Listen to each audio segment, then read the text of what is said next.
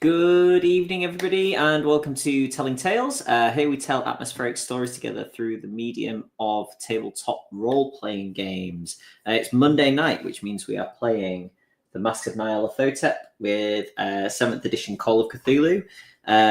We've been off for a few weeks because of numerous things, illness and trips and all sorts. But tonight, we are back, and there are some books and some knowledge that the group will gain, which nothing ever bad comes from that kind of thing in Call of Cthulhu. But before that, some promo of other things on the channel. Wednesday nights, we have Simba Room, our longest running thing on the channel, which Matt runs, and at the moment, every 4 weeks, is the Yellow King. The next one, I believe, is next week on Thursday, the 17th. Our social media is linked below the stream, as well as our other streaming platforms, our Discord, which you can join and come and chat with us and keep up to date with everything that's going on. Including a very enjoyable new text-based RPG that we're experimenting with. And also our Patreon, where if you enjoy what we do on the channel, you can support us.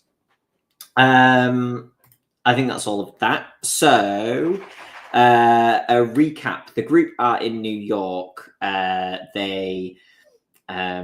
do a full recap, which sort of might help the players a bit as well, because it's been a while. We did the Peru sort of prelude to the game. They met Jackson Elias there. They came to New York at his request. He said that he had some information regarding the Carlisle expedition and thought that they may not all be dead, which was kind of the common consensus.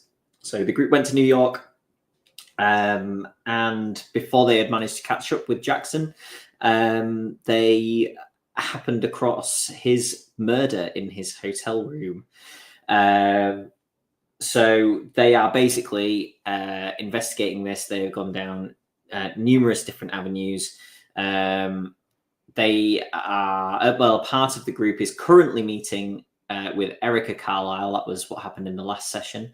Roger Carlisle's sister, who is running the Carlisle business now in New York.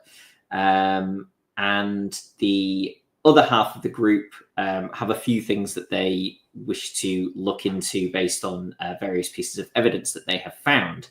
The group also have reason to believe that part of the New York police department are either sort of under the payroll of, or in some way under the control of, the death cult that they believe to be responsible for what happened to Jackson. So they have had some intimidation tactics used upon them by some members of the police department as well. I will start bringing people on now. Let's bring on Sam, who plays Mrs. Farwell. Hey, Sam. Hello. This looks like a test, but I'm just going to get chosen first. Yeah. Clearly the most important character. Do us a very short recap on Mrs. Farwell, and if you can remember sort of how Mrs. Farwell is feeling at the present time. Hi, I'll do my best. So, Mrs. Farwell, wife of Mr. Farwell, who's also a character in this game, is a kind of...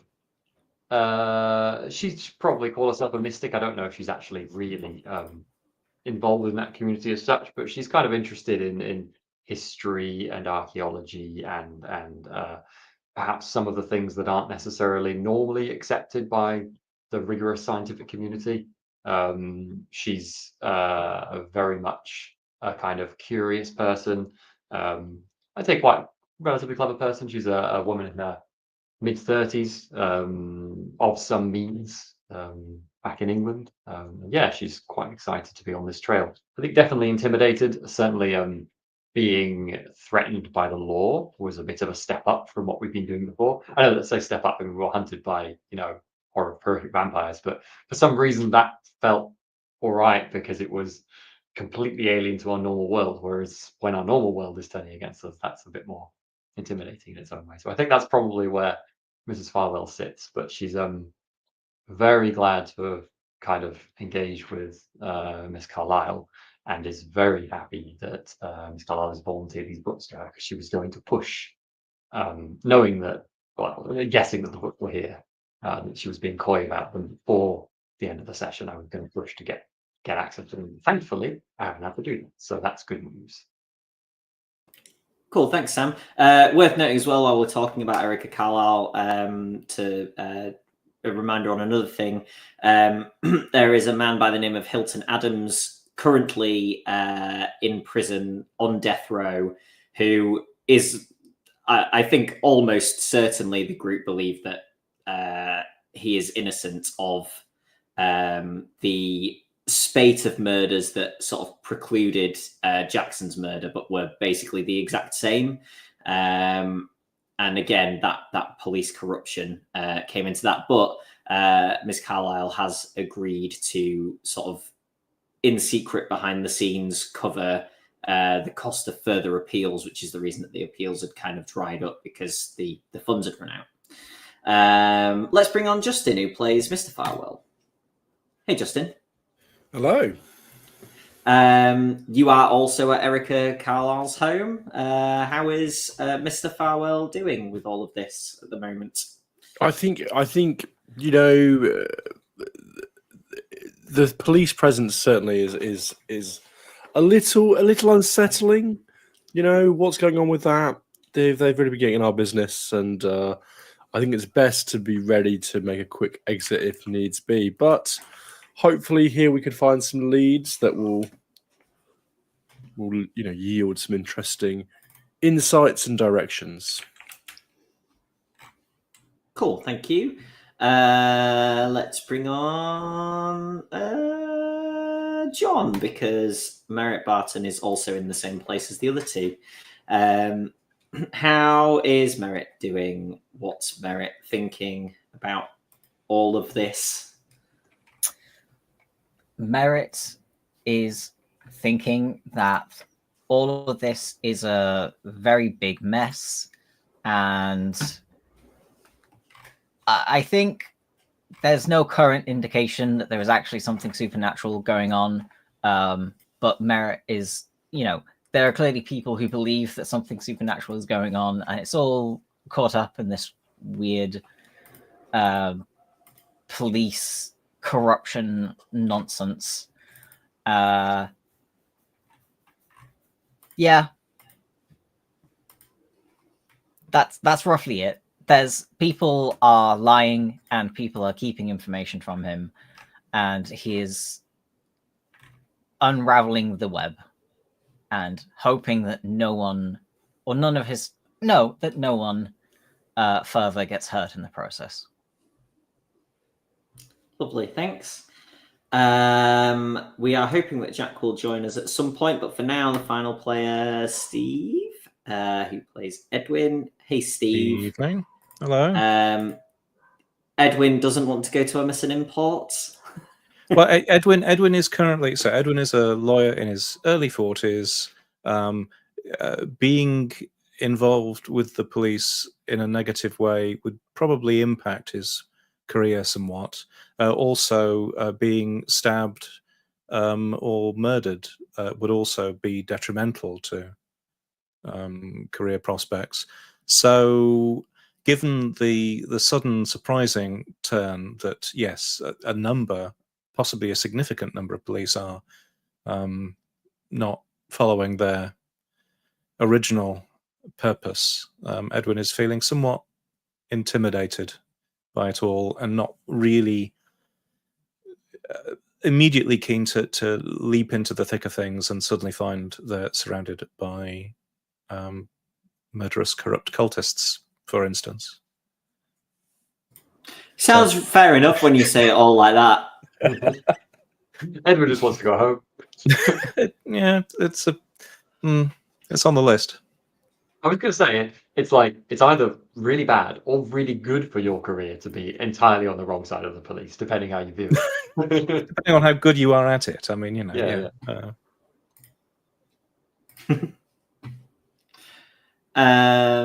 Okay, so the group at the Carlisle house. Erica Carlisle leads you to the section of the library. Jonny, can I?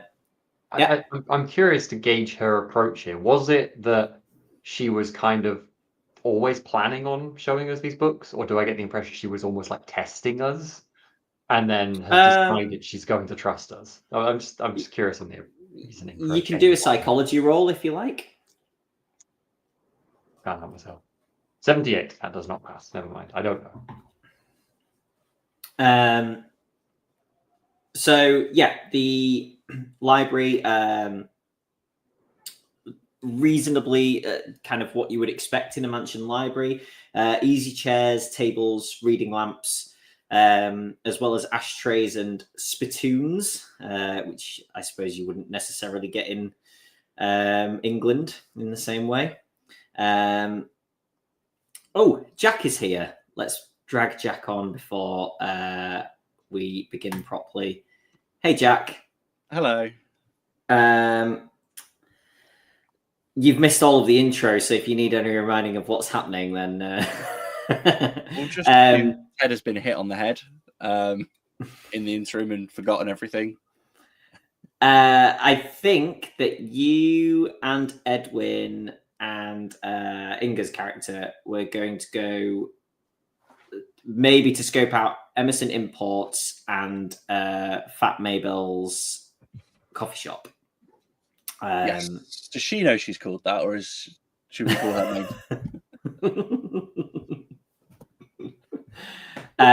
Presumably, it's on the sign of the shop. Yeah. So unless somebody's done a sneaky and. What? Oh, you was about Mabel. Mabel, have you ever looked at yourself?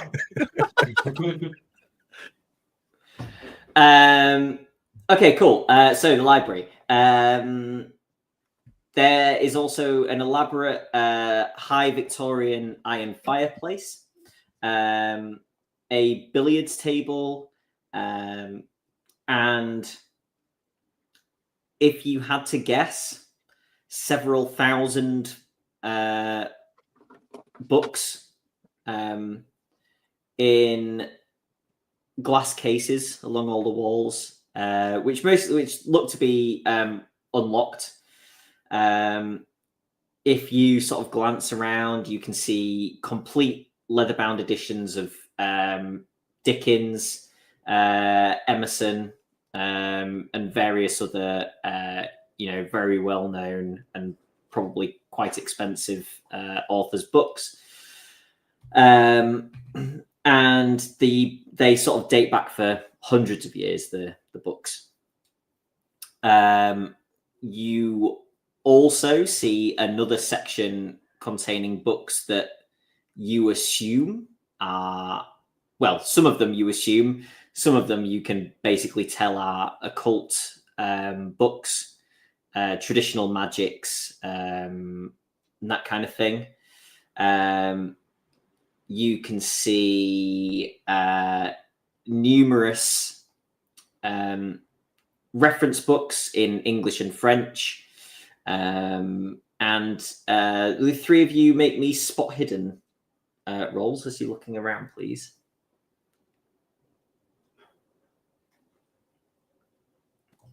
So which three is this again?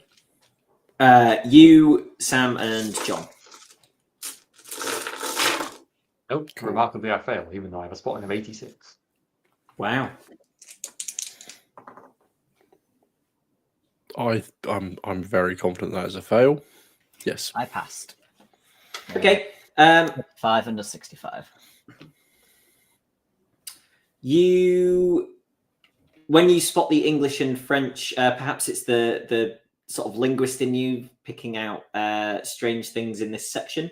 But you see a very sort of fat edition of Poe's collected poems with a scrap of paper sticking out the top of it. And a moment after you notice this, you see Erica sort of heading towards that section. And she picks out that book and sort of looks at the scrap of paper.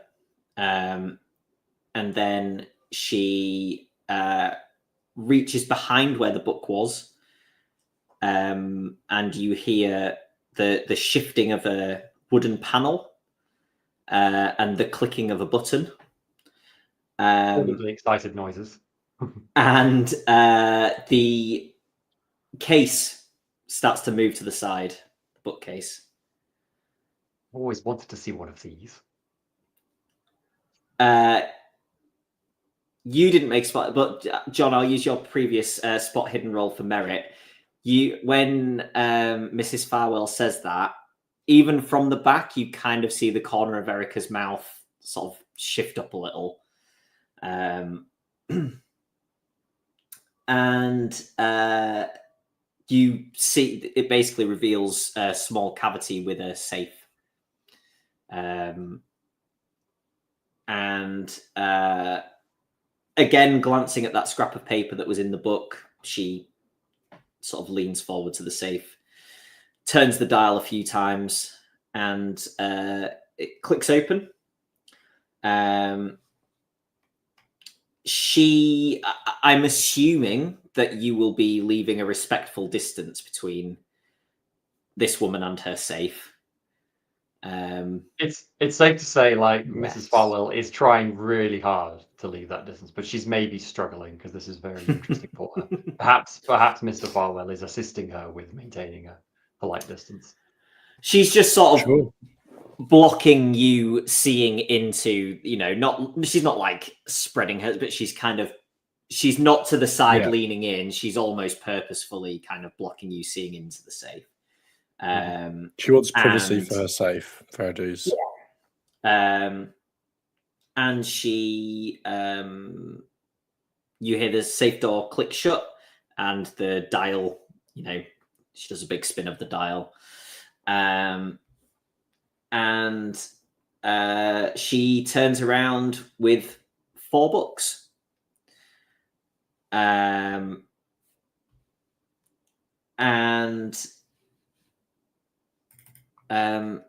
she says, I would prefer that they remain here. But you are welcome to see if there is anything you can glean from them that may be of use. Thank you. These were your brothers? Yes. So one of them looks to be bound in red leather. In fact, can you make me... Is appraise a thing? I think it is, isn't it? It is, yeah. Yeah. I have a yeah, if you could make me appraise rolls. Hey, enough to succeed.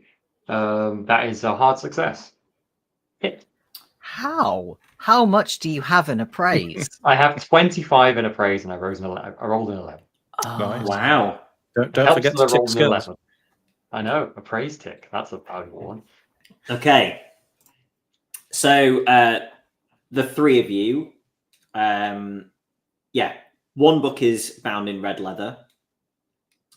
The other one is in blue leather, but a second one, is in blue leather, but it looks to be a slightly different property to the type of leather that's on the red, maybe calf skin.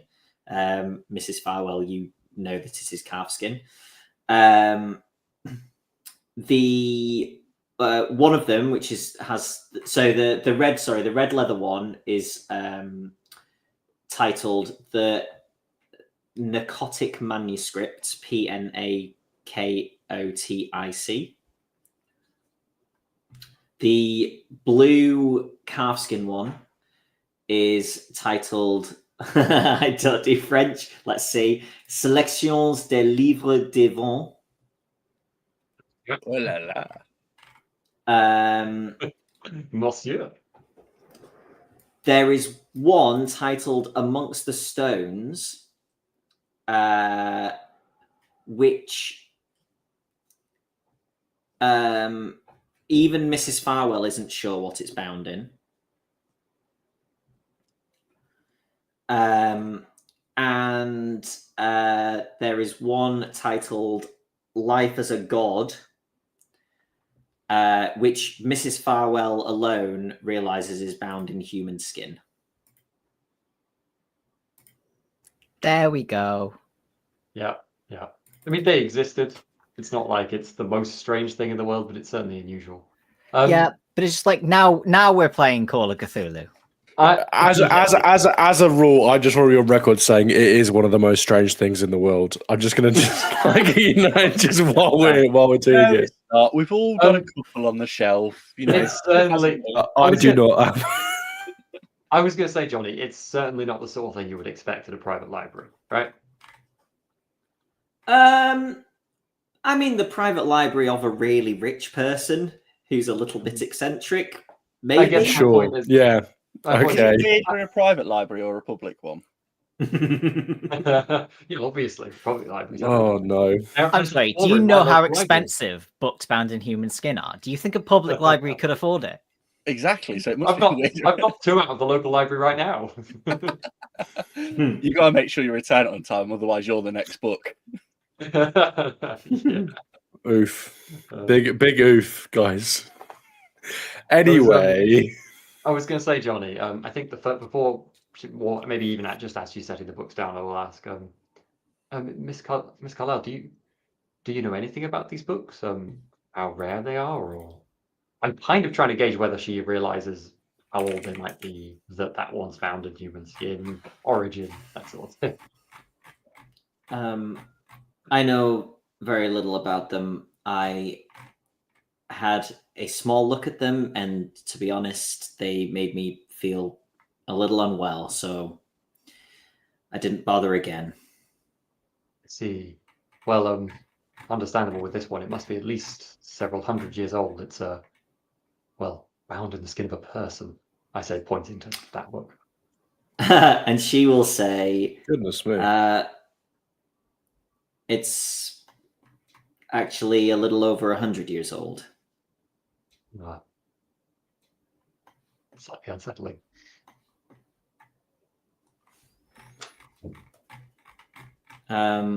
If you would like some time to peruse, you would also be welcome if you wanted to stay late. I can have beds made up. Thank you. I'm immediately jumping up on the books. Cool. Where are you starting? I would like to, rather than open, I would like to examine the book that I do not recognize the material of, because I rolled a pretty good appraise there. If you're all right with kind of my character knowing that she should get that, and it's weird to not understand what a book is. So I'm going to try and figure out what's going on with this binding, first of all. Yeah. I will take the blue calfskin because I don't know how well the Farwell's French is, but I know my French is pretty good. So cool. Why not? Is anyone else keen to do? I'm happy to examine things, but I don't know if anyone else is also keen to examine things. It's only you three there, Justin. Right. No, yeah, sorry, so there's only you left. My brain. Yeah, I'll grab the one that isn't covered in human flesh. That's self-preservation. What's a good roll to make? I guess everybody, do library use rolls, and Sam. I'm going to tell you that if you spend a few minutes looking at this, library use great skill choice. Is English? Do you think English language would that be a good skill to use for this kind of situation? It might not be. I don't know. I'm just curious. You're looking at the red leather one. Yeah. Correct. Isn't that just your language own? So your edu? Yeah, but I guess reading comprehension could fall under that. I don't know. I don't know. I've always figured that library use is more about finding information rather than passing it. So potentially you could argue do an English roll to open it at a random point and see if there's and just read see if you understand what you're reading. Okay, I'm finding the information I need in it. That's fair enough. Well, I'm happy to take any steer. Yes, I sounds think like library use is the one. Library use, yeah. Sorry, Jonny, you were saying. Yeah, so it's not human skin. Mm-hmm. You think it has to be some kind of animal skin, like a leather or something, but it's not any animal skin that you have ever seen something bound in and therefore cannot discern what it might be. Okay. Does it? I mean, it's stupid to ask. Does it seem mammalian or like reptile? But I guess that at this point, don't ask these questions, mate. Just don't ask. Just don't ask. Just don't ask. I can't tell. That's fine. And I will then open the book. So I guess I make a library use roll as well. I rolled 11 under 30 for my library use. You rolled, what was that, sorry, Justin? 11 under 30. So under half. Oh, a hard success. Excellent. I also rolled a hard success of 16 under 70. I also rolled a success of 11 under 40, and that's the second 11 of the session. Tell me what this necrotic manuscript's all about. Right, in this case, I will say that you've done so well on these that you can reasonably get done with them without needing to stay so late that you can't get back. Sure. So, Justin, Mr. Farwell is reading about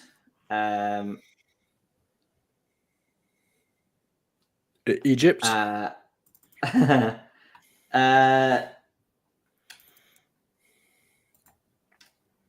There are some. The main thing that catches your attention are scribbled footnotes, which seem to be by Roger Carlyle, about the existence of the, and this is capitalized, City of the Great Race. Okay, cool. Yep. And sorry, no. They, scribbled footnotes. Sorry, I didn't mean to say that they seem to be by Roger Carlyle. They are an unknown author. Okay, and also seems to be scribbled in a border. Some kind of spell. Some kind of incantation. Whether it's spell or not, I couldn't tell. Yes. Is this incantation? Lots of stuff about a great race. Is this incantation written in English, or like are the words clearly English words, or are the words some kind of other strange language that I can possibly read? If I were to read aloud, I could sound out, but otherwise wouldn't be able to intelligent. It wouldn't be able to. That is a very good-looking question, Justin. That's what runs through my head as I look at the lovely red cover of this book, and I'm going to just glaze over the whole great race aspect of this because it's frankly like you know. I'm going weird. I'm going to say that it's passable in English. Yeah. Okay, but it's not like you know. The turnip counterclockwise. Right. Okay. Cool. Okay. It's passable in English. Cool. That's what I need to know. Can you also make me a sanity roll, please? Yeah. No worries, mate. No worries. Do I want to roll under my sanity or over my sanity? It depends what you're going for. Under, if you want to technically succeed. Well, that didn't work, did it? I rolled a 98, so that's not a success from a sanity perspective. 99 sanity? You will lose 6 sanity. Oof. Oh, so I rolled 98. I lose 6 sanity. Oof. Six sanities. Is it 5 sanity that's the trigger for? There's in one go. Yeah. Yeah. Well, I'm down from. I'm still above my starting sanity, but I'm. It's not looking good, people. Check the rules on the old. Sounds like a great. This was like one of those. We'll come do back. Do I gain mythos? Yes. How much? You will gain 7 Cthulhu mythos. Damn straight. Wow. That is some Cthulhu. They call me Mr. Mythos. That's the last words you say before you have a mental break. You just say Mr. Mythos. Where are you? Yes, husband. Fine. Oh my god, it's funny terms again. It's You're on the make an intelligence roll, please, Justin. Absolutely. Also, not going great. Not going great. Oh, did you fail? 93. I failed that one. Yeah. Oh, that's great. That's good. Yeah, no temporary insanity. If Brilliant. you are smart enough to realize what you've just seen, it will send you mad, basically. Cool. So cool. if you fail that, that's better. I think overall pretty good. He still gets the mythos, yeah. Yeah. This is there's some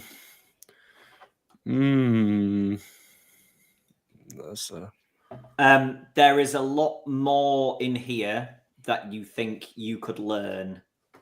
Oh, really? Given time. Given time. But given quite a lot of cost? time. At what cost? There's just mostly from the margins or from. To be honest, Bit of both. you've been so drawn in by the margins that you've not paid loads of attention to what's actually written in the book. What's the book about broadly? You know, Again, is it a novel? stuff about the is Great it Race. Stuff right? about the Great Race. No, yeah. I should have guessed that. Really. Okay. Cool. really fun go-karting. Yeah. The Great Race. It's not Ascot. Okay. Does Justin now have a spell, or is that just a thing that he saw was there? Cool. Okay. I'll send you the details, Justin. Thank you. Okay. Thank you. Okay, John, you were looking at the French book. We. Okay. Am I right? Does the title mean a selection of deviant books, or did I mishear the last word? Devon.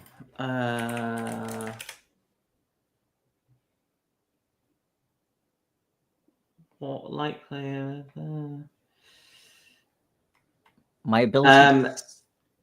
It's like de Yvon. Like, all right. Yeah. I think that's like of Ivan, I would guess. Ah, I see. Got it. That would be my guess. So you also got a hard success, didn't you? Yes.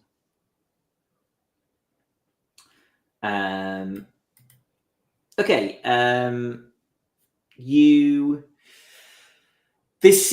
This book is seems to be full of spells and treatises on practical magic. with the focus towards a deity called Sathogua. Sathoggua.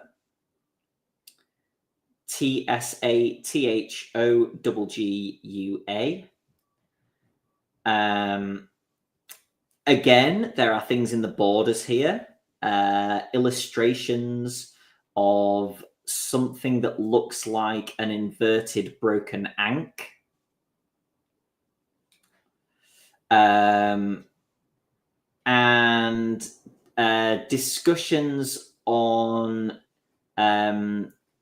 some kind of enmity between Paz Loser and a deity known as Nodens. And can you make a sanity roll for me, please, John?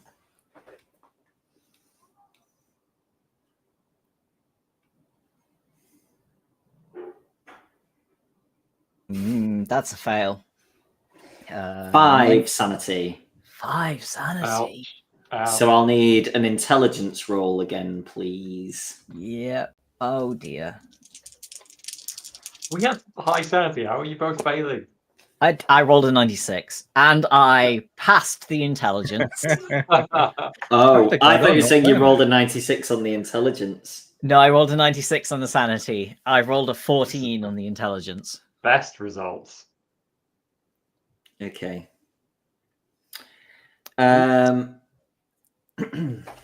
Now we're playing Call of Cthulhu, guys. What's happening? I read a book and I've gone mad.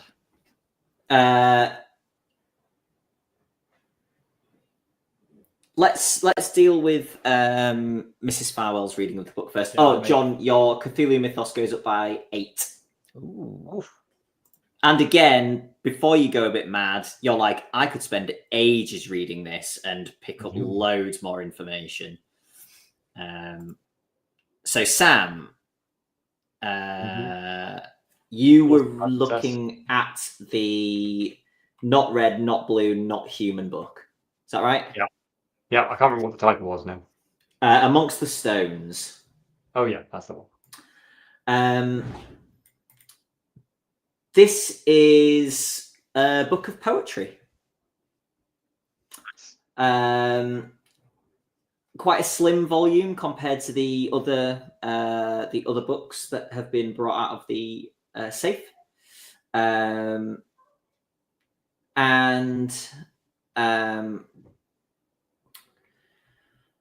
one that particularly catches your eye is titled "The Trappings of a Queen," which describes the dread ruler Nitocris's regal paraphernalia.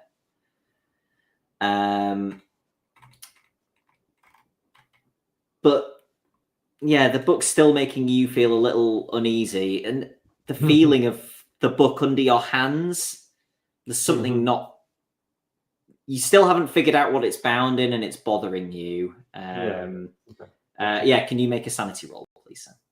I can. I pass. Yay. Okay. You will gain 1 Cthulhu Mythos rating. Again, there is still more that you think that you can gain from this book. Not as much as the other 2, not that you would know that. And yeah, you're just kind of left feeling a little like you need to wash your hands, I think, after you've been dealing with this book. You see, it's just you 3 in the library now.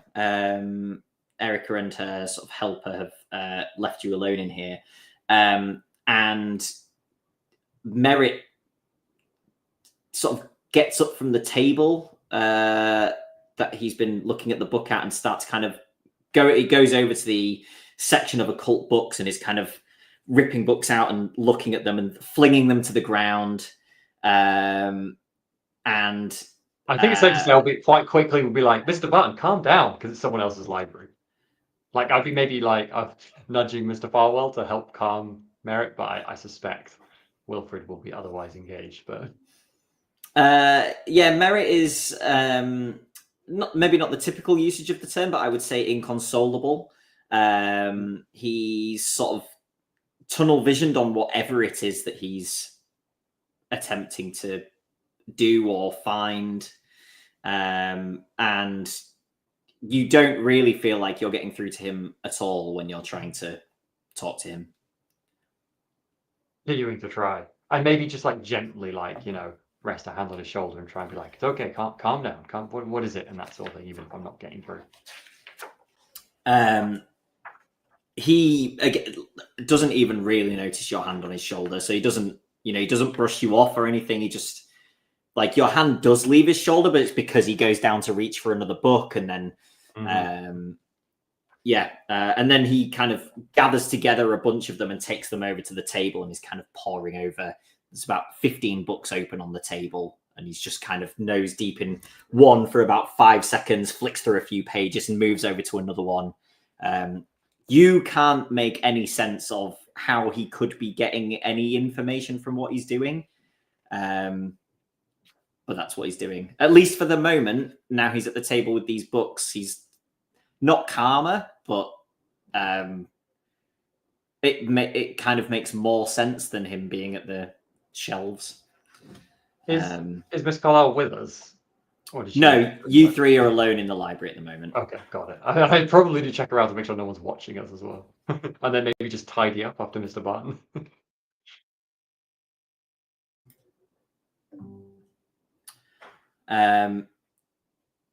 Yeah, this continues on for a little while. Are either of you going to look at the other book or look at anything else in here? Yeah, I will.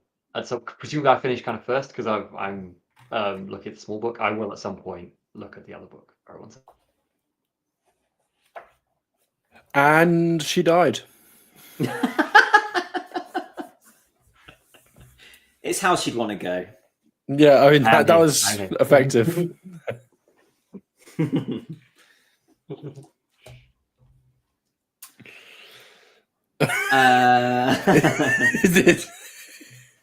Goodness me, this book is very powerful. Okay. Are you still there, Sam, in spite of being off? I am here. Sorry, just came off. No, it's fine. It's fine. Okay.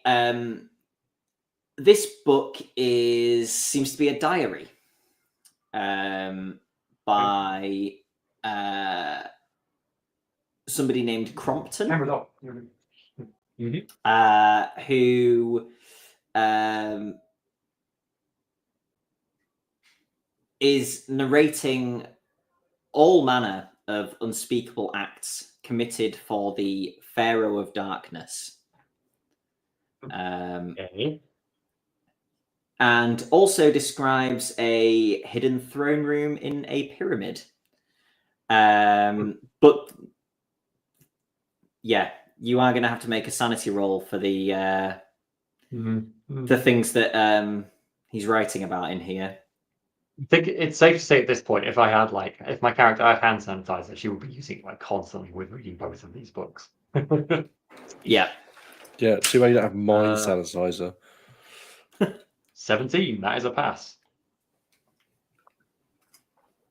Okay, nice. Again, more to be learned if you had more time with this. You'll gain 2 Cthulhu Mythos also.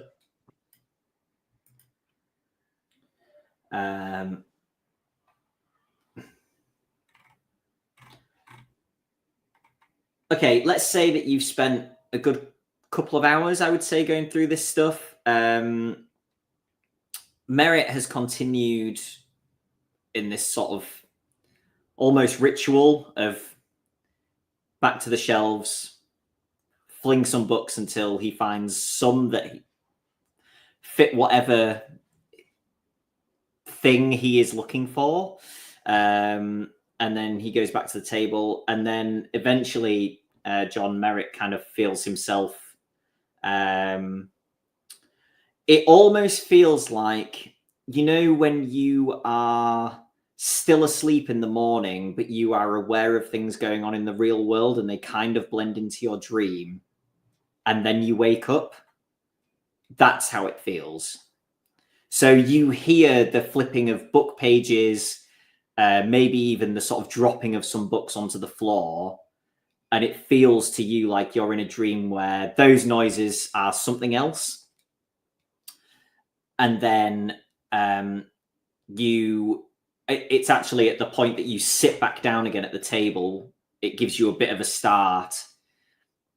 And you are suddenly back there, and you kind of only, again, sort of dreamlike, you only half remember the last period of time. You're kind of startled to see that there are 40 to 50 books on the table where there was only one previously. All open at various sections and upside down and bent pages. Certainly not the way that you would usually treat books in somebody else's library. Books, even your own books, never mind books in somebody else's library.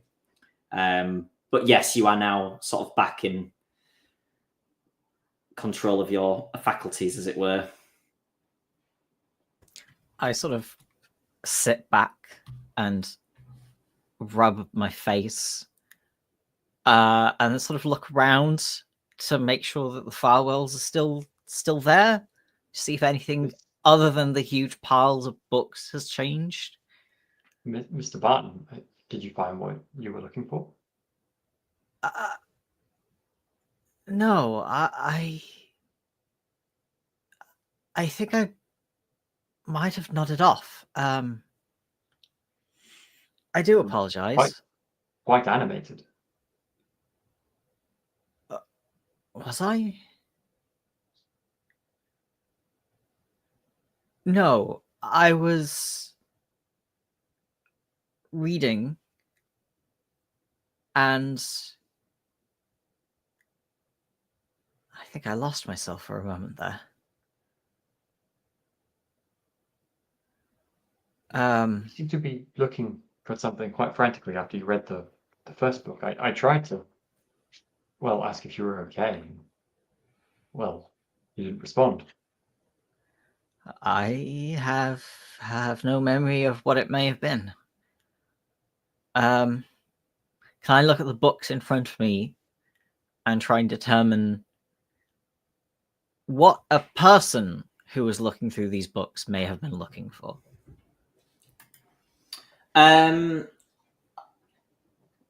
Okay, I would say that you spend a minute or so and you realize that you're just trying to sort of put a square peg in a round hole here by trying to make sense of it. Like, you can attempt to link a couple of them together, but really it looks like they're just random books pulled from the shelf. Right.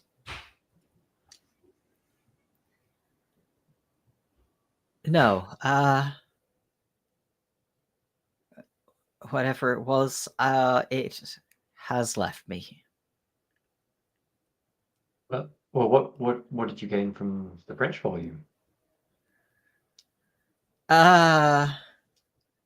Something about worship and rituals and interdealings with old gods that I've never heard of before.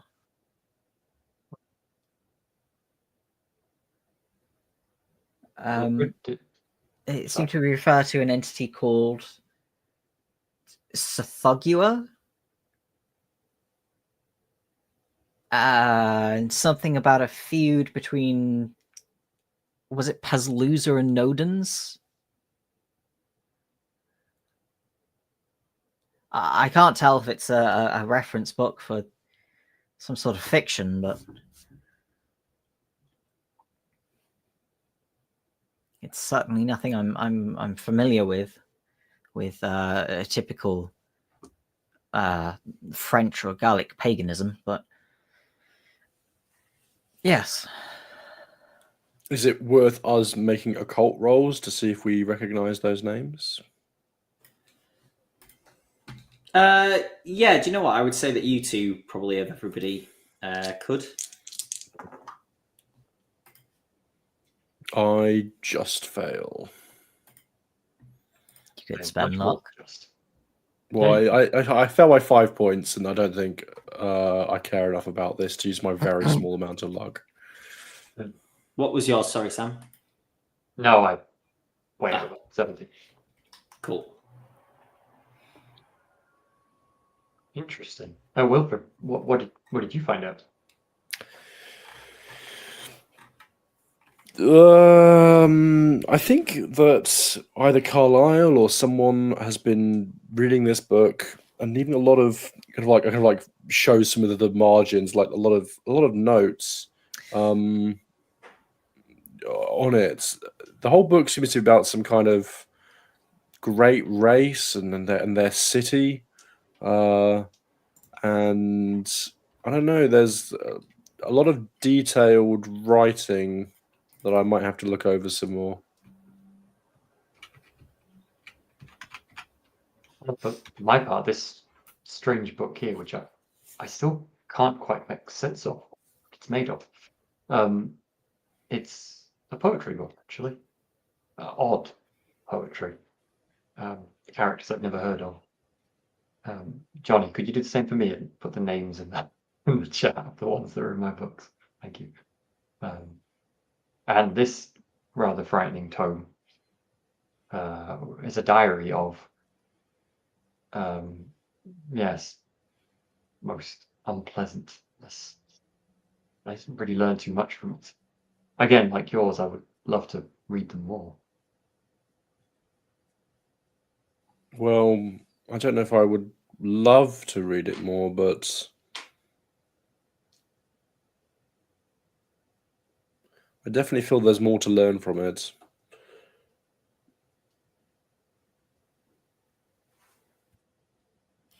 Yes. I don't think Miss Carlyle wanted us to take these away, though, and I suppose we should be looking at getting back at some point. I think. Do we think that these places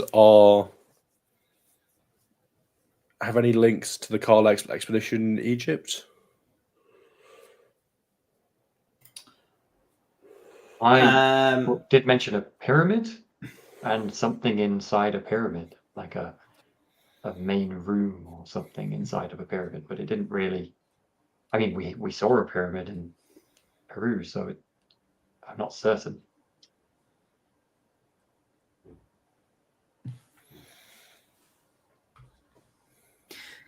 Do I or can I have any sort of a sense of the origins of some of the names that have been said?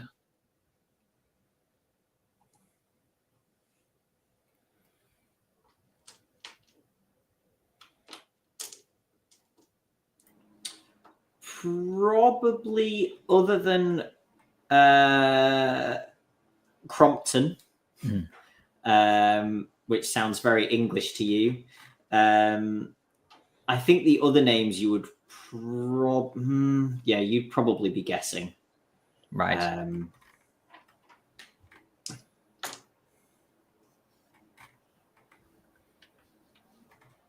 Oh, hello, Raiders.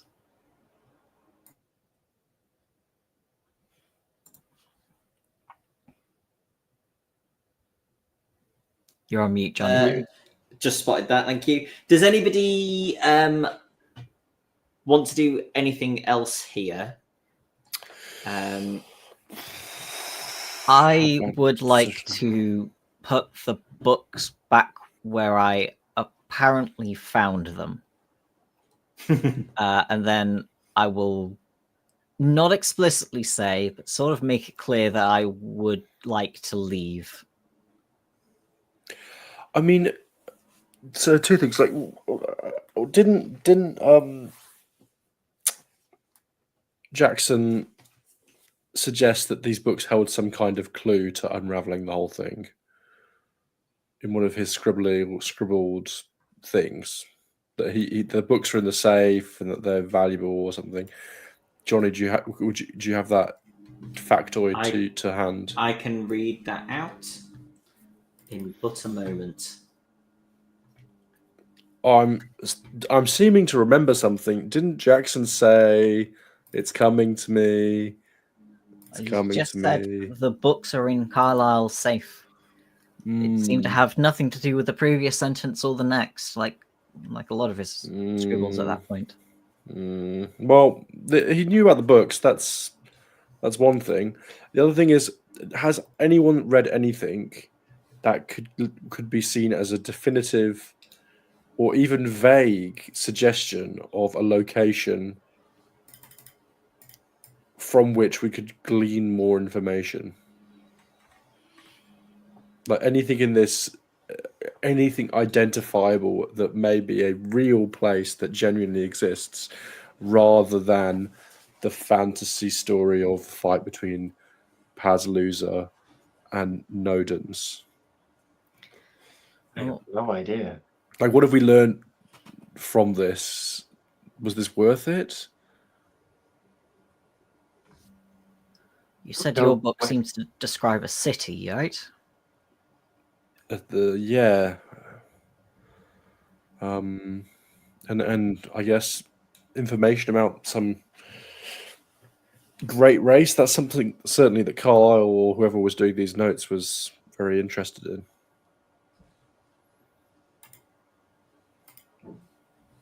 Certainly don't feel like mine led me anywhere concrete, but I these things that I've learned may come in helpful.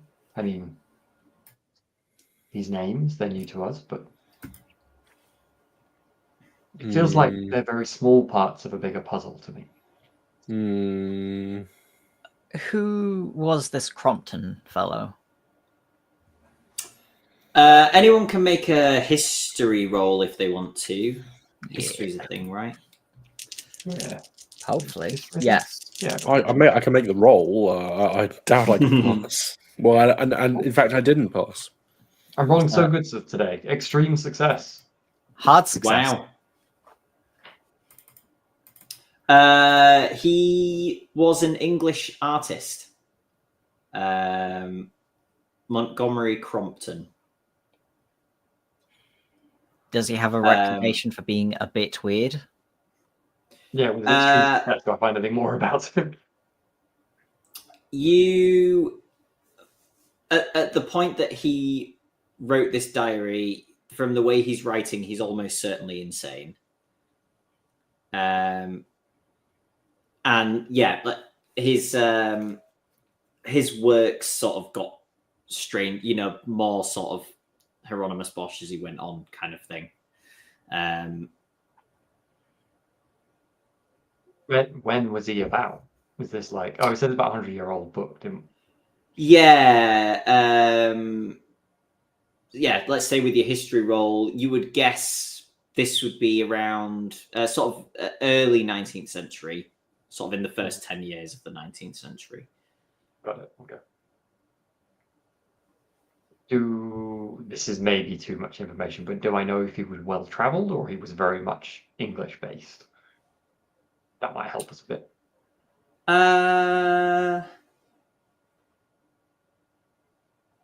You did roll very well. Okay, you would guess before this book was written, so earlier 19th century, he went to Egypt. Okay. Well, I can volunteer that then. Well, which would tie in with the okay. pyramid potentially. Okay, let me role play that narrative. And it's like, now I mention it, Montgomery Crompton, the diarist here, I assume he did travel to Egypt. So I assume that is the pyramid about which he is speaking. Connects up with some of the other evidence we have as well.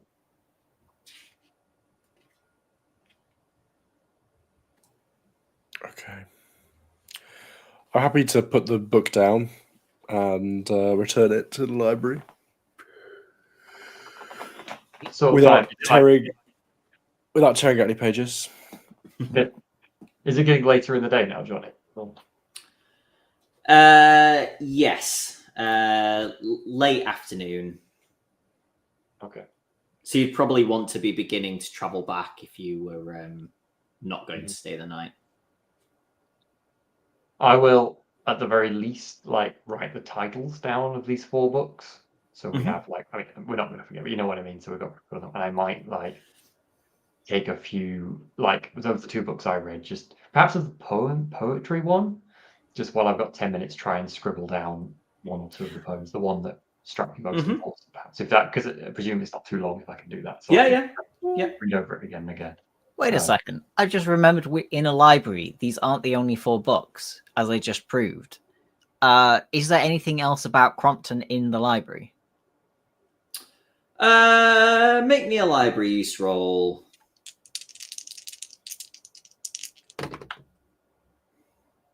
Success. 1 off a hard success, and I'm willing to spend the luck if it would change anything. It's fine. I'll say that you can find a sort of not a bibliography, a biography.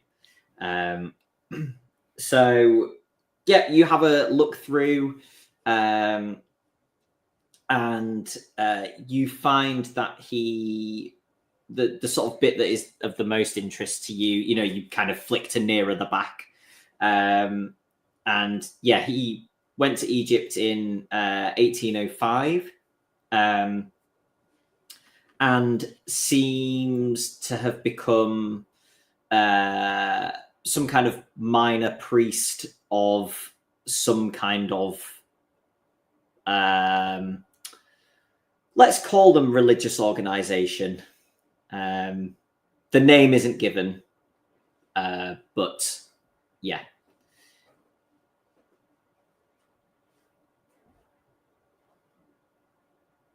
Interesting.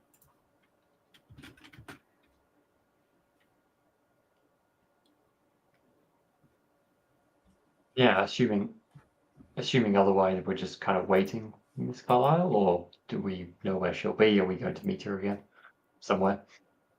You think that you could probably sort of head back the way that you've come, and either you would see her or some member of house staff to be able to speak to.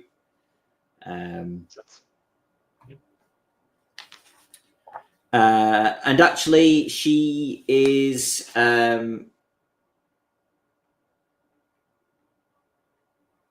sitting in the room that you were in before, having a definitely alcoholic drink, and says, did you find anything worthwhile? And she kind of gives Merritt a little bit of a longer glance, perhaps seeing something in his eyes that wasn't there a couple of hours ago. I think so. As you could probably imagine from books such as those, we're not exactly sure, but it's certainly interesting. I will also glance at Merritt as I say the word interesting.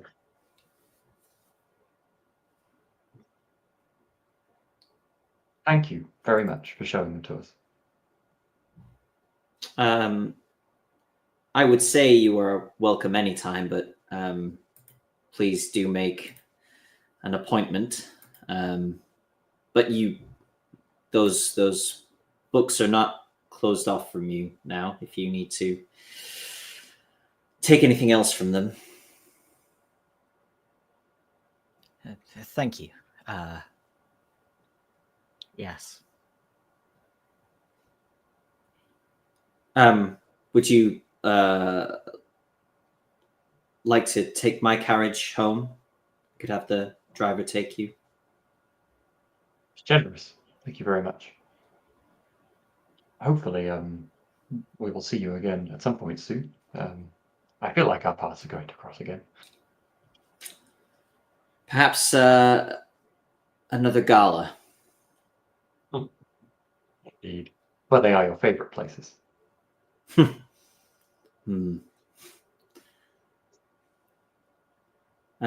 Travel safe.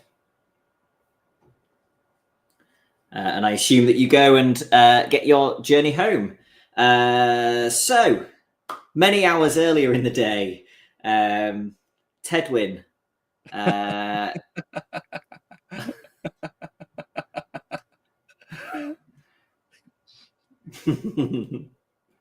This is Cthulhu. We've got to be careful. You might have melded into some sort of eldritch abomination of the two of you.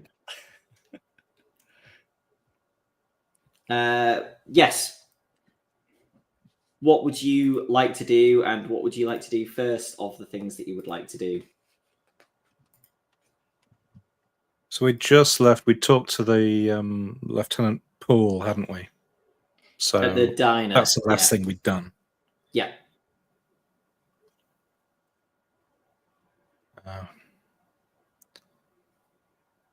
Well, Ted, do you have any ideas of what we should be trying to do here? We can always check out the was it the warehouse on the docks, wasn't it, Jonny? Or Emerson Imports, yeah. Emerson Imports, that's the one. Or Fat Mabel's. Where did we get that information from again? Was it? So Emerson Imports you got from a business card that was in Jackson's belongings. And the Fat Maybells you got from Hilton Adams. And that was where he'd said he'd seen somebody go from Juju House to there. Right, yes. And he also said that the people there didn't really want to speak to him about that person, but he did get a name. So that was Mukunga Umdari, the person that had gone there. Right. I think we check out Fat Mabel's. The police are, keeping at least half an eye on us. And if we start sniffing around the docks, looking like we're doing an investigation, that's going to be more suspicious than if we just happen to frequent somewhere while we're in New York. I suppose. Jonny, this coffee shop salon thing, it isn't any... Right. It isn't anywhere near, because we have an idea of where Juju House is, and the sort of it was like an epicenter for the 8 murders, wasn't it? These things happened in a circle around that. How near is this coffee shop salon thing to? Is it nearby or is it far away? Is it strange for someone to have walked there?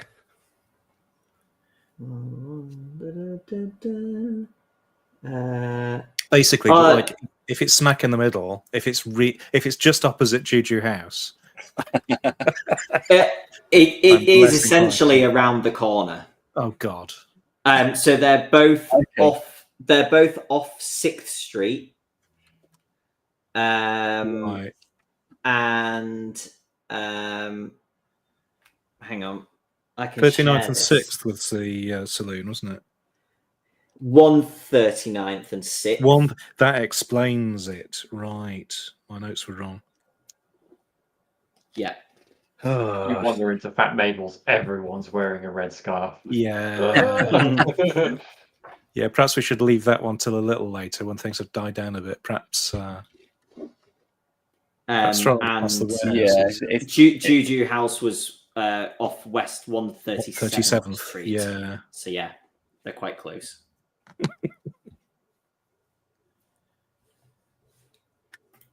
Okay, with it being near, if they see us in the area, if they see me in the area especially, it might be best those of us that didn't investigate Juju House. Well, we were all recognised. We've all been. Yeah, that's true.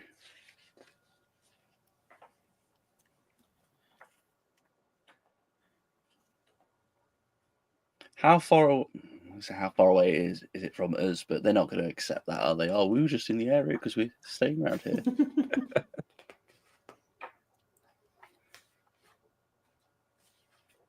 I think we just play it safe and stay in the hotel room under the blankets. That's always a plan. Jackson tried to that. run. Yeah, that's true. Yeah. No, but we don't know if he was under the blankets or not. To stick pillows under one blanket and hide under another. If it can fall a ring wraith. Well, we could always split up and both get killed. We can stay together and both get killed. Where do you think? I think at this point prefer the warehouse because I don't want to go like we've just kicked the hornet's nest of Juju House. I reckon seeing what the warehouse is about, maybe like I'm not going to be great at sort of, I can't barge in and immediately see what's going on. So I'd probably end up, doing a flyby, trying to get the lay of the land, seeing whether there's a whole lot of police presence, whether there are, whether any weird activities going on. The warehouse works because then presumably there is passenger ships going from sort of Dockland area. So an import warehouse, I would presume, is near there. So if the police happen to be watching, we just look like we're potentially trying to get out of town, like they've true, yeah. suggested we should. And if we happen to invest, just wander around a warehouse that has a locked door unlocked or left unlocked or just looks interesting, then we're just interested in imports. I think, we'll go make our way to the warehouse. Jump in a carriage or something. Okay. So you had the address because you had the business card. So you get near there, and it's a long, narrow building on the edge of the Hudson River, just past Hell's Kitchen. There are loading docks at either end. You can see because the doors are high. It's a warehouse piled high with freight. You can see if you're approaching to within a reasonable range. It just looks to be a dock. You can see some offices upstairs at the front. And you can see activity going on, things being moved around in and out. How close do you want to investigate this, Mr. Price? Because as a solicitor from the UK, feasibly you could represent a business interested in importing into the US if we want to get inside. Just say we want to take a look around as a potential. Suppose so. What is our intention inside there? What? I mean, all we've got really is a business card to go off. It looks like a normal warehouse from the outside, but there must have been a reason Jackson was interested. Just as a reminder, the back of the business card had a name written on it. Yeah, Silas Nkwane, which is the name of the proprietor for Juju House. It does seem as if there is a direct link to the Juju House. Perhaps they're shuttling things from here to Juju House at night, or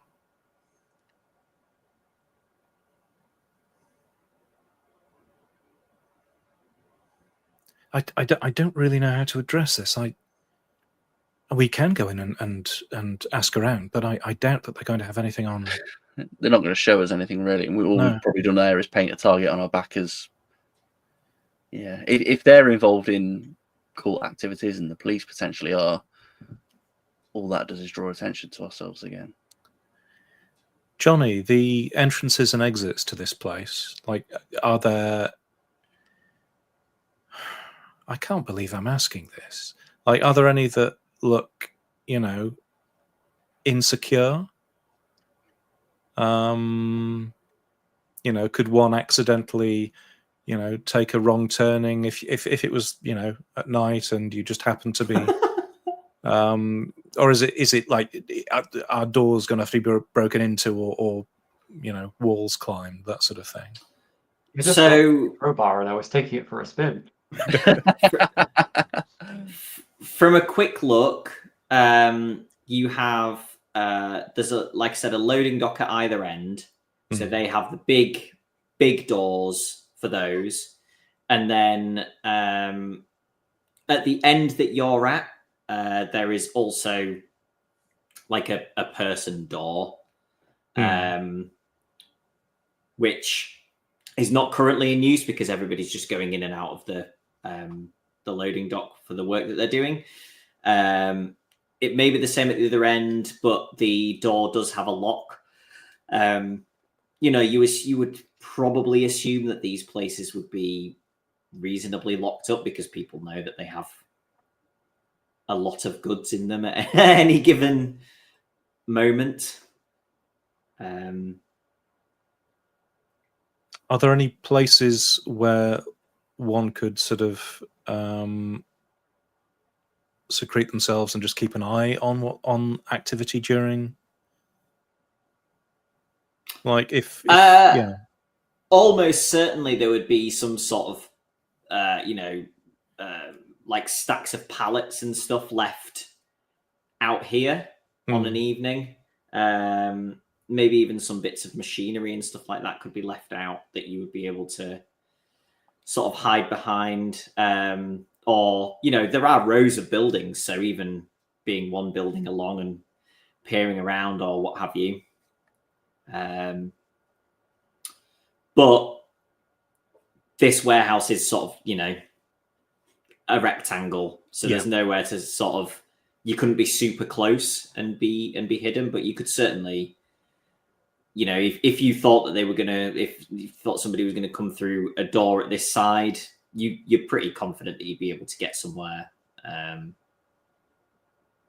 to hide yourself away and be able to at least see if somebody does go in and out.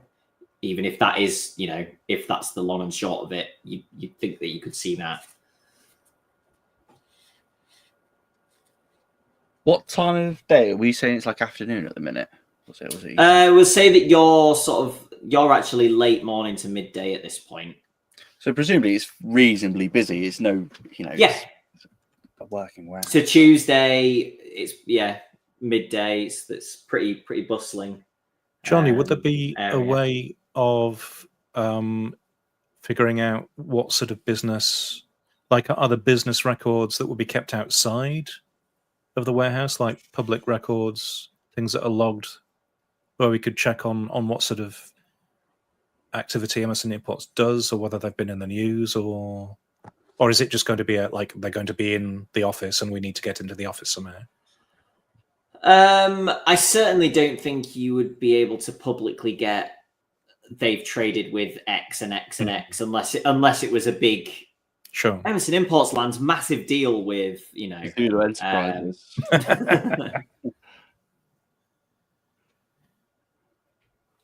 What outfits do the workers tend to wear? Is there a uniform, or is it just general workman gear? Just high-vis vests and a and a hard hat. clipboard. That's all we need. We'll get in. No, just sort of like overalls and big gloves for lugging things.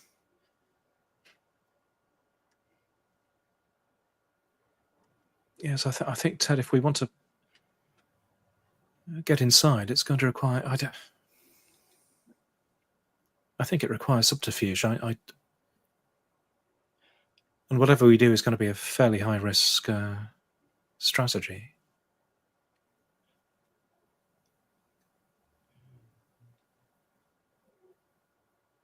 We've got 3 businesses here, or 3 places, and we're not really quite sure fully what links them other than a few names. I mean, for all we know, this could have just been a scrap of paper that Jackson had on him to write down a interesting name, or a person of interest's name. Well, we know Juju House has something to do with things, but we don't know what goes on there. And we do know they're very sensitive as to people paying too much attention. I don't. I mean, our options, I guess, are disregard this, do something, take another look at Juju House. But again, we've been warned off of there, and maybe it's not too wise to show up our faces around there. Find our way into the warehouse, see if they've got any incriminating records or any records that link them to Juju House. If it's off the books, then it's unlikely because it's off the books. Or we hang about and see if anything heads in that direction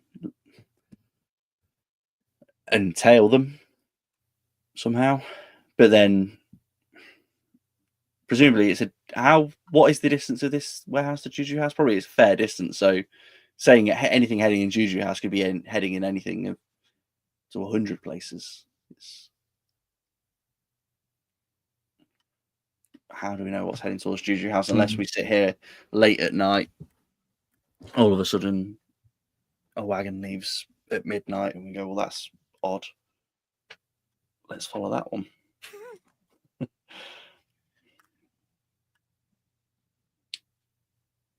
I mean, unfortunately, when you're investigating the vicious murder of a friend, it's not many risk-free avenues to go down.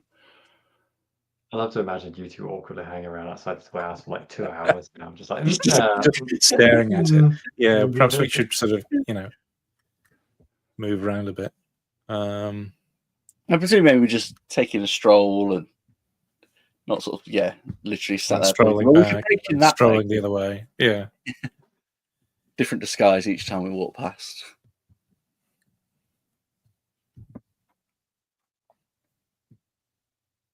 And then if we're going to get in, how do we want to get in? We get, dress up like we work there. We go for the outright lie of you're a solicitor representing a UK business, but they know what we look like, or at they least know what we look like. House. They're not going to go, "Oh, and here's our dealings with this." No, I think the strongest approach would be to get some overalls and maybe try to sneak in. But I that's not my area of expertise.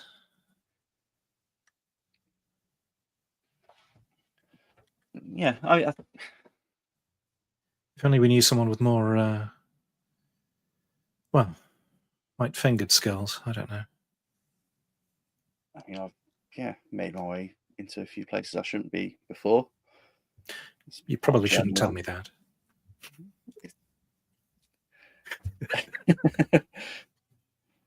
You don't know where it was. It could have been somewhere out of the UK, out of England.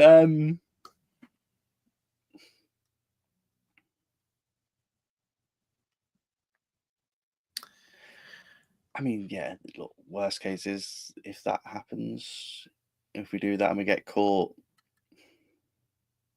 we just won't get caught. Just don't think about it. Right. That's the trick to this, is if you think about it, you start worrying about it. I am already thinking about it. You walk in like you belong there. Most people just want to get on with their day. I know I do. Yes, I really. This is unsettling. Or we wait until night and outright. I think night is a much better. I mean, there's nothing stopping us from putting a set of overalls on anyway. And then even if someone happens to see us, maybe these guys are just working late, rather than outright looking like we're breaking in as thieves or doesn't hurt to have a backup of, or give people a reasonable explanation why we might be there late at night. The invention of high vis really did revolutionise the breaking and entry. Ironically, it would be easier to break in with high vis on, wouldn't it?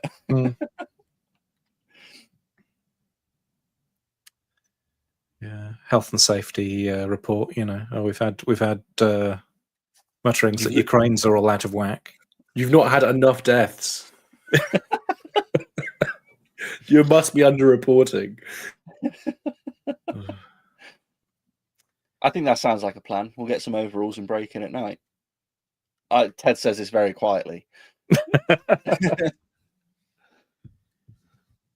Yes, I don't think there's much we can do right now. That is, yes. At least that way we're not drawing attention to ourselves. And talking of which, we should probably Yeah, let's make a move.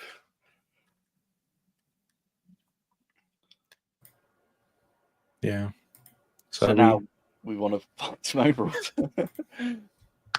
Yeah, let's get some shopping done and sort of overalls, and I don't know, A montage. Maybe of some the very rope. different ones. Two brand new clean sets of overalls, please.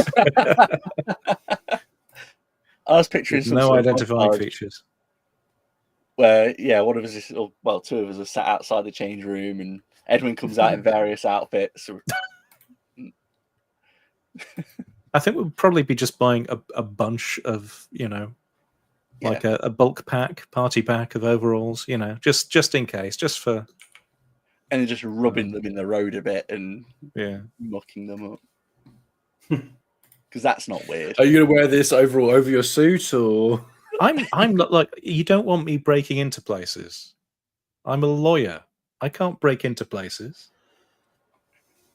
You can break into places. You just can't lie to the police afterwards. Unless you're your own client, in which case. Yeah. Yeah, Double I have jeopardy. base stealth. You do not want me breaking into places. If we get married, we both can't be tried for the same crime. So Is that a thing? That doesn't seem. you're the lawyer. I don't think that's a thing. I think that only. You're the worst not fucking right. lawyers. Anyway, This has got really silly. Yeah, that's the plan. I think we get some overalls, make ourselves look like we belong there, and then make our way on site when it seems to have died down and closed, and see what we can find. Are you going to buy 6 pairs? Like one for everyone in case the others want to tag I would. along? I'm prepping ahead. Yes, I would be like, yes, getting a setting things that might be useful for sort of covert. We need to borrow some of maybe Mr. Farwell's tools, so we look like. No, you fuck off. Sorry, excuse my French. Oh, this is the my ideal way language. of drawing Mr. Farwell into the it's like asking to borrow tools, and then when He doesn't trust that us, is does he? refused, it's like, oh, okay, then well, you better show us how to use them. Okay. Yeah, you can get whatever you need without too much issue. So, is there anything else that you want to do before the others get back? Not from my point of view. No, it'd be a bit too suspicious, I think, to go check out the coffee shop at this point, especially with a bag of overalls. Okay, so let's call it 5 p.m. The carriage pulls up and everybody else arrives back at your new hotel. And you reconvene. Ted and Edwin,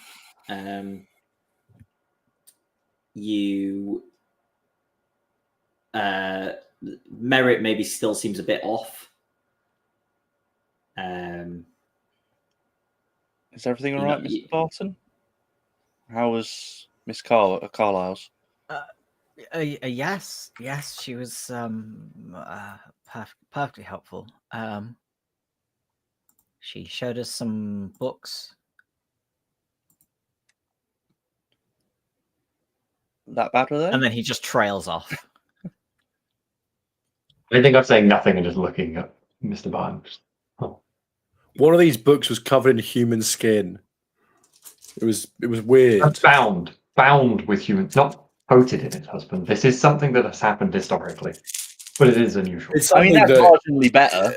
it's something that's happening right now in that safe. Bloody hell. How recent was it?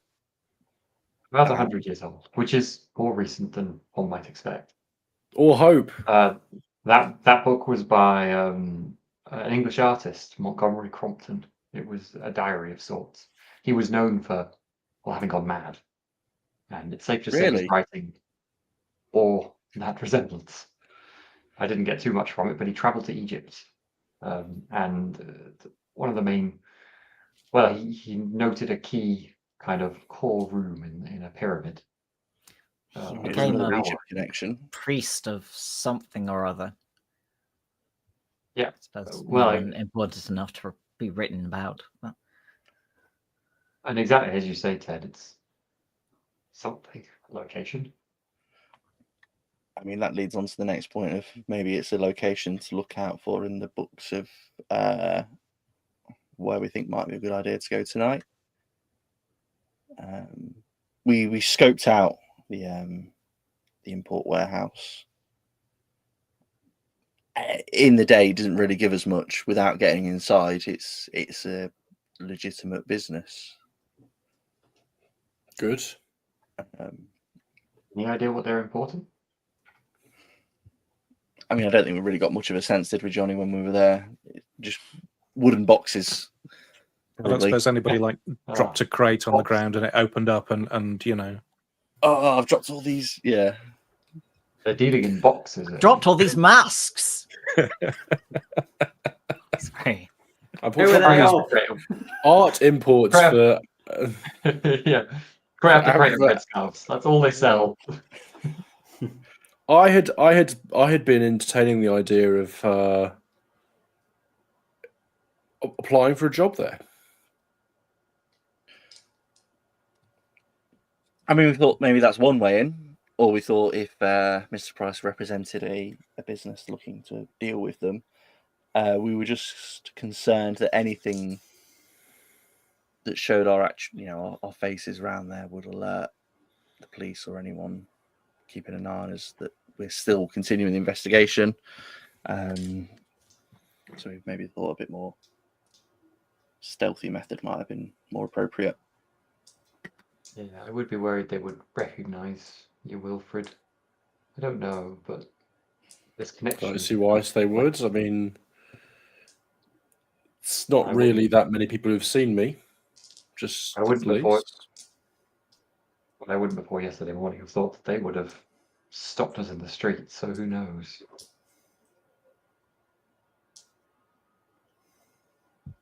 Essentially, are we in the hotel, like sort of what bar area, or where do we say we meet? Is there anyone around? You can make it so there isn't.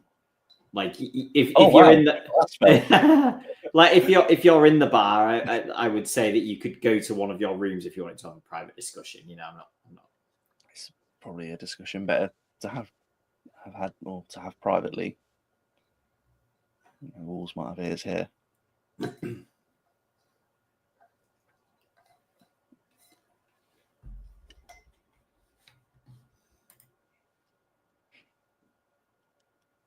Shall we say we've moved up into someone's room? Yeah. And then when we are in someone's room, assuming nothing happens on the way, essentially we thought the best idea is if we wear these overalls, make it look like we somewhat belong there. I can presume, attempt to get us into the building. So you know that I can, bit of lock picking skills. Hey, they might have even left something unlocked, a window unlocked or something. We could find some way in and just check the place out. I would say it might have just been, a scrap of paper that Jackson had on hand when he was writing down a person of interest's name, but I think it's worth just ruling out. I mean, it's a risky prospect if we're not sure what we're looking for. I agree it would be interesting, but breaking and entering. Whereas applying for a job, I mean, I don't think they often take the prospective new hires around in their illicit dealings section, but you can try. The point I'm making more is what do we think the value is of getting inside? I mean, I know it's been mentioned, but we don't. Currently, we don't really So we're know. trying to- There's a link between we think there's a link between there and Juju House, but beyond that, everything is speculation right now. But then again, I'm not sure where else we would look without further information becoming apparent. we could try a bit of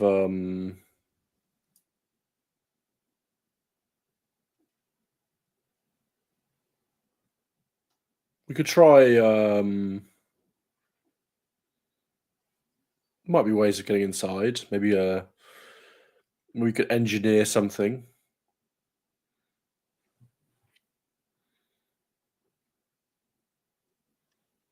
We're all curious. Well, a long time ago,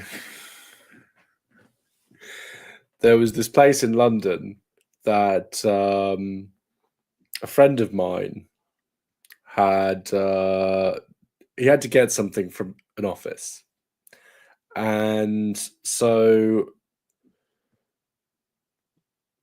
we were both, we both knew our way around a set of fuses. And so, you move some things around, power goes out. Oh, electrician's nearby. You can help out with this. Come on in. Oh, fuses. Where's what are the electrics? They'll be up over there. For some reason, I thought you were talking about a bomb. Thank heavens for that. No. But you can, those buildings. We could make something work. We could give it a go. I mean, it's probably better than representing a fictional business that then we have to answer questions about.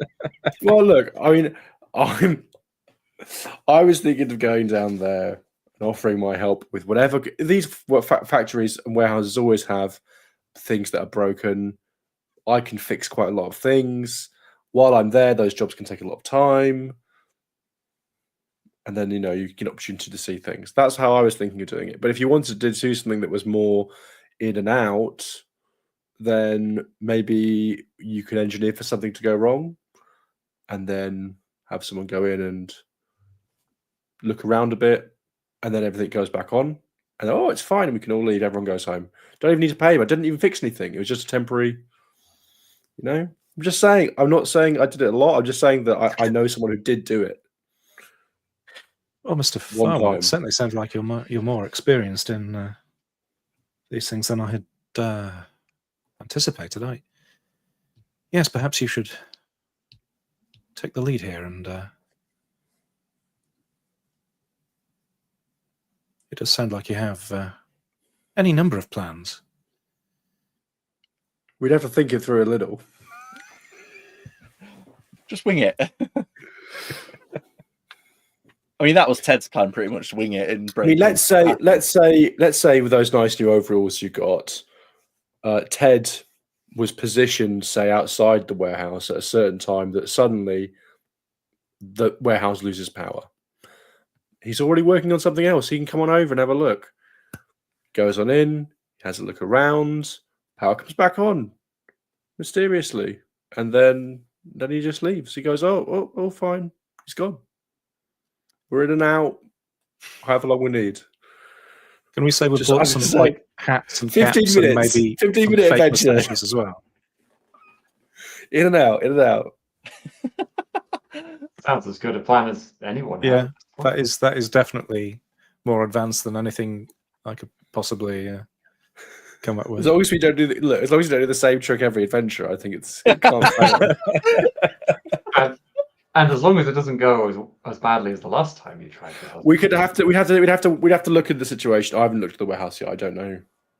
Well, What I can was kind the- of sketch out. I'll sketch out the Sure. overall plan of the place. I mean, I don't know how much detail you get, but can we I guess we'd have to make some kind of roll to see if there was a situation where I have enough knowledge to engineer some kind of thing, and I give Jonny as much leeway as I can to and then make sure it's something reversible, so Ted's not just stood there going, looking at a load of that would be wires my and plan. accidentally Is like if there's like a power line or something that feeds the warehouse, to be working on it, and then disconnect it, and then reconnect it,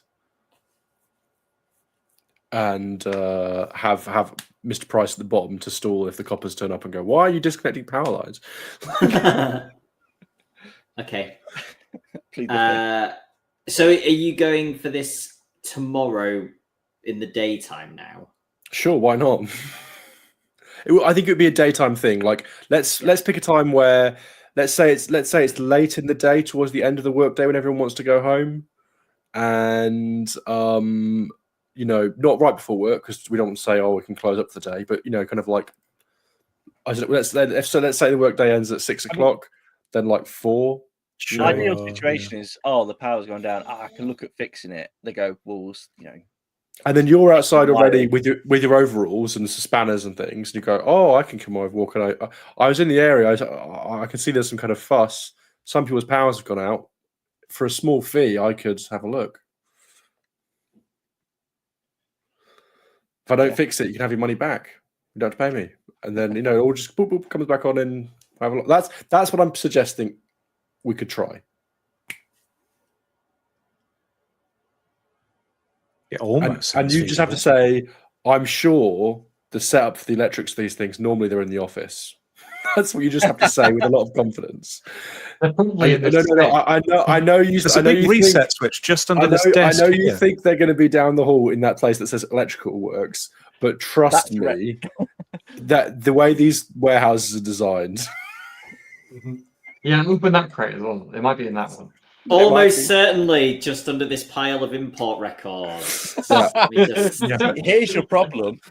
That one. No, it looks like there's a problem at like the main transformer, which I think is in the basement of Juju House. You probably know. Do you know but we're gonna have to go there right now. There's too much interference from these crates. If you've got to open them up and get everything out, I'll let the electrical waves come through. If you tell me where these crates are going, I can divert them that way to where they should be going. Yeah. Well, I Anyway, think that's the perfect it's just a time suggestion. to end. And you can plan that out a bit more before next week. Oh god. No, it doesn't need any more planning than it's currently got. There's no point. We're gonna have like an hour and a half of next session just planning this heist. So, just for your reference, Justin, I'm envisioning a mechanical repair role for that in the future. Can I try electrical repair? Well, actually, which of them is better? yeah. You can have a look check. No, like mechanical repair is also good too. I hadn't spotted electrical repair actually. That probably does make more sense. Yeah, my mechanical repair is better, but yeah, I think like it would be sensible if like this evening I went and looked at where, or that day where I could do that. Yeah, that stuff. So that would probably be our next action if we haven't got any things to do next time. Yeah, or if I'm suddenly incapacitated before next session. It's probably worth checking it out at night anyway, just if there is the off chance of something weird happening, weird glowing lights. Sure, yeah. We might see them loading a massive lizard into a crate and go, yeah, well, that's what they're doing. That makes it a lot more easier. Yeah, that's true. That it's the simple things, isn't it? Like, we should just try the door, right? While we're here, we should just try the door. Right? It's elaborate backs.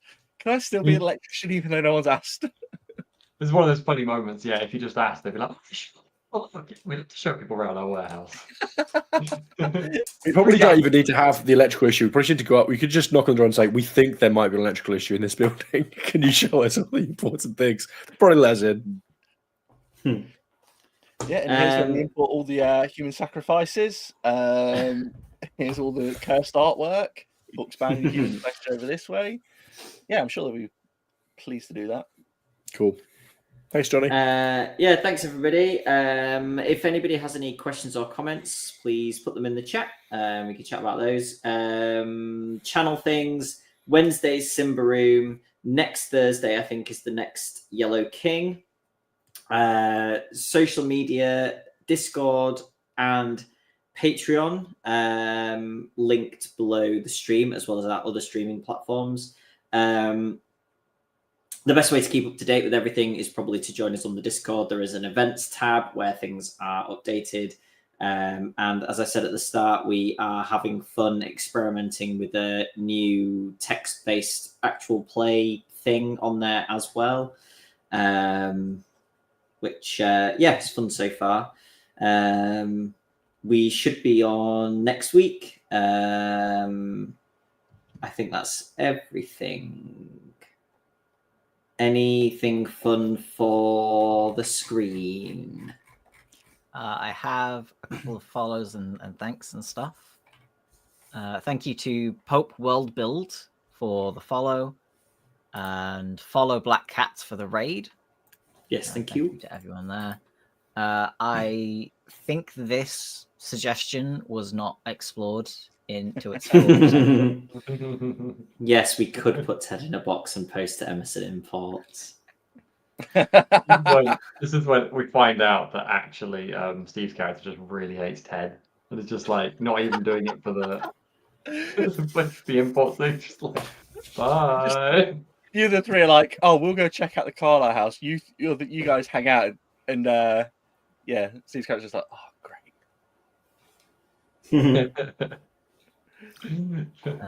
I've also got an honourable mention for this.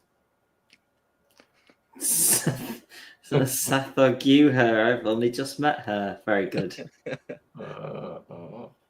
My favourite brand of joke. What terrible ones. That is everything for this week. Cool. Thanks for all the chat as well, Max Writer. Honourable mention. We should, I think, be all good for next week. There may be more books. There may be Ted in a box. There's only one way to find out, and that is to read the manuscript afterwards. Thanks, everybody. Catch you next Monday.